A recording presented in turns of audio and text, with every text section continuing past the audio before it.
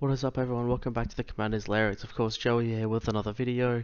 Today I'll be sharing with you my Lysaga Night Witch tech. So this is the second command I'm doing for Baldur's Gate. The first one I'm doing since the full releases. So this deck is $60 at the time of filming. And Lysaga is 1 a green and a black for 3/3 legendary creature human warlock, and it has the ability to tap and sacrifice up to 3 permanents. If there are 3 or more card types among these sacrifice permanents, each opponent loses 3, you gain 3, and you draw 3. So importantly, if you sacrifice, multiple cards with the same types, that doesn't count. It has to be 3 separate different card types. So those card types are artifact, enchantment, creature, planeswalker. I think tribal might possibly count. I'm not even certain, to be honest. Basically, what we're doing in this deck is playing lots of artifact creatures, so that it counts for 2 types, and then the third we can fill up with either sometimes sacrificing lands or enchantments to get that third type, in addition to those creatures, so we can get those effects. It's obviously a really useful effect. So the first thing we're going to be doing is basically ramping to sort of synergize with the artifact theme. A lot of our ramp pieces are artifact creatures to ensure that we always have the ability to use our commander's ability on board, with all the creatures that we already have, and then possibly if you need to sacrifice the lands or something else. And this also generates, value every turn that synergizes with the overall strategy. So we can play a lot of these effects just because they do work so well. Cards like Coppermere are great, so it's 2 mana for a 1/1, so 2 mana rock. It doesn't tap the turn it comes in. That's not too important. It has tap and add a green to your mana pool. So basically, it's a 2 mana rock that triggers Lysaga, and it can act as a blocker if we need to as well. And then Liquid Mental Talk is a lot more interesting. So it's 2 generic mana for an artifact, and it taps to add a colorless. Obviously, a 2 mana rock either way is really useful. And then it also has tap and target non-permanent. It becomes an artifact in addition to its other types until end of turn. So just instances where we trigger this maybe for artifact. We're triggering it for creatures or enchantments or lands, but we somehow don't have an artifact on board, or we don't want to sacrifice our Liquid Mental Talk. This is really useful, and it plays around that ability really well. It also can turn some of our cards that aren't artifacts into artifacts to synergize with some other strategies that we're going to be doing later on in the game also. And so next we're going to be moving on to the first kind of main section, which is the sacrifice fodder. So basically things that we're going to be sacking with our commander. So we obviously are running heaps of artifact creatures, and we're going to be using them. We're going to need something else, so this is basically other things that enact in that slot.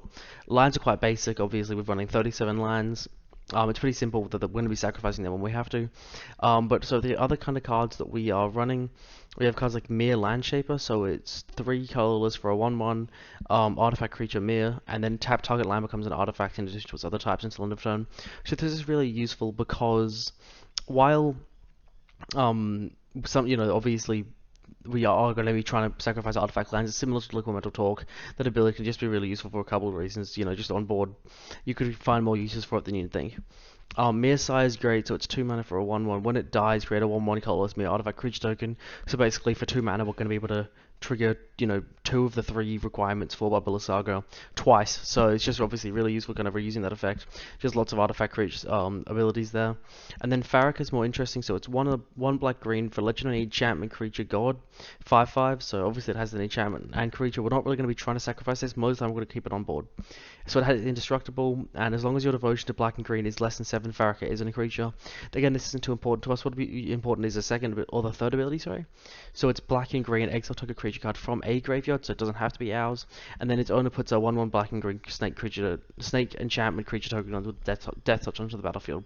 So we're running 36 creatures. It's going to be very easy to have stuff in the graveyard for Farrakh. And also, if we really need to, we can give them to our opponents. Whether for a blocker that they need, or for some political favor, or for any other kind of needs that you might, for example, getting rid of a key piece in the graveyard that's about to recur to win the game or something, you can also do that. And so given that we are playing so many artifacts, we have a bunch of cards that benefit from how many we have. So Disciple of the Vault is very simple. It's a 1 black mana for a 1/1. Whenever an artifact is put into the graveyard from the battlefield, you may have target opponent lose 1 life. So basically, we're draining all of our opponents for a heap constantly. So this is great with the extra life loss combined with Lysaga, because we're going to be draining our opponents already. And it's also like good board wipe protection, because we have the potential to blow out an opponent if they try to sacrifice our boards, but kind of stops them from messing with us, I suppose. And then Cranial Plating is a 2 mana equipment. Equip creatures +1/+0 for each artifact you control. You can pay 2 and equip it, or play 2 black to equip it, so that's going to be instant speed, or 1 generic mana, obviously not at instant speed. And so basically this is really useful if we have 5, 10 artifacts on the battlefield. then immediately this thing, turns a commander into what, like a 2-turn clock. So it's just really useful kind of rounding out the game with that. And so also, while obviously I mentioned that we're going to be sacrificing lands at the beginning. So while we have lots of artifact synergies, we often are still sacrificing lands because we are going to need that additional, bonus. So to make sure we don't have straight value losses when doing this, in combination with artifact creatures, we have a couple of cards that make sure we get some card advantage, or some just general advantage as well from playing these kinds of effects.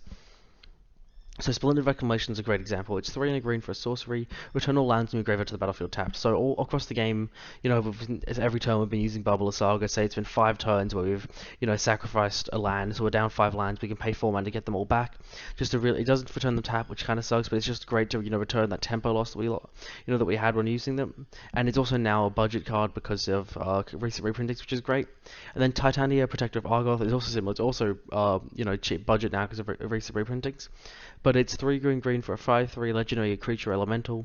When Titania ETBs, return target line card from your graveyard to the battlefield. So obviously the first ability is quite nice.